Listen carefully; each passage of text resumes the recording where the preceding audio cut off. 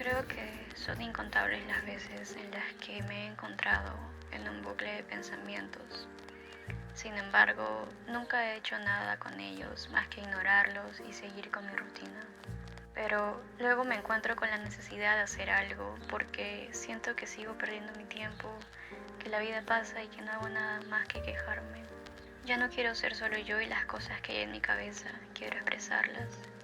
Y sí, tengo miedo, pero también tengo un impulso interno muy dentro de mí por crear cosas a pesar de ello.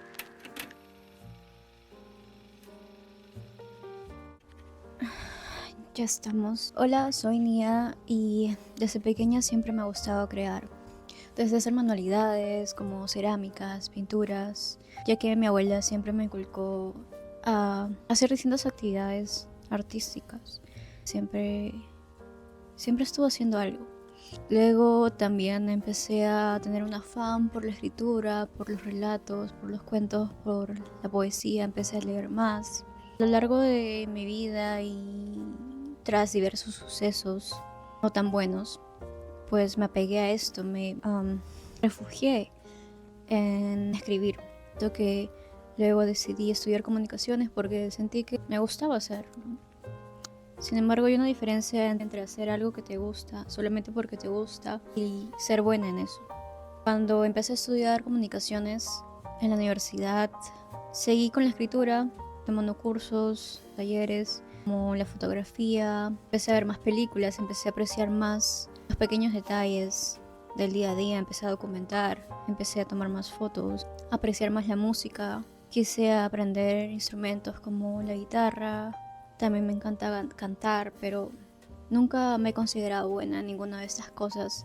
Y siempre me ha angustiado el hecho de no saber en qué soy buena porque nunca pude enfocarme en una sola cosa. Y el tiempo pasa y como dicen, no vive una sola vez. El tiempo pasa y sientes que te vas quedando atrás, sientes que no has avanzado. Y hoy quiero hablar de esto. Ya lo decía Cerati con su famosa frase, siempre es hoy. ¿Pero qué se refería con esto? Se refiere a que el presente va a ser la ventana para todos los tiempos. Y es que es verdad, porque mucho depende las decisiones que tomemos hoy para poder vernos en un futuro. Lo que decidamos hoy va a ser lo que va a formar, lo que nos va a llevar a algún lugar.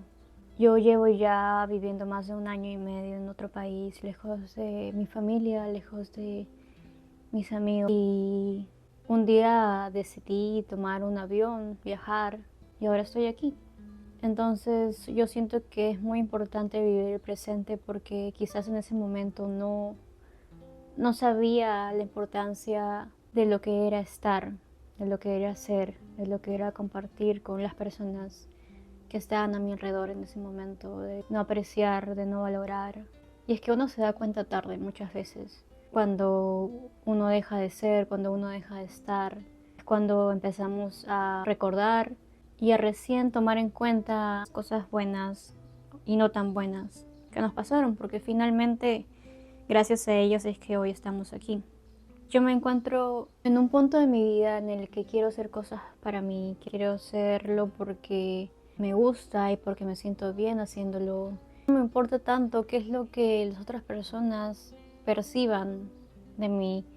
Si es que hay alguien que está viendo esto y que considera que se siente en la misma situación de que muchas veces se preguntaron, ¿estará bien lo que estoy haciendo? ¿Qué dirán los demás? Y no hacerlo por eso, pues quizás esto sea una señal para ti, para que puedas empezar a hacer eso que quieres y para que lo hagas por ti, no por nadie más. Espero que este video les llegue a las personas correctas y a las personas que lo necesiten.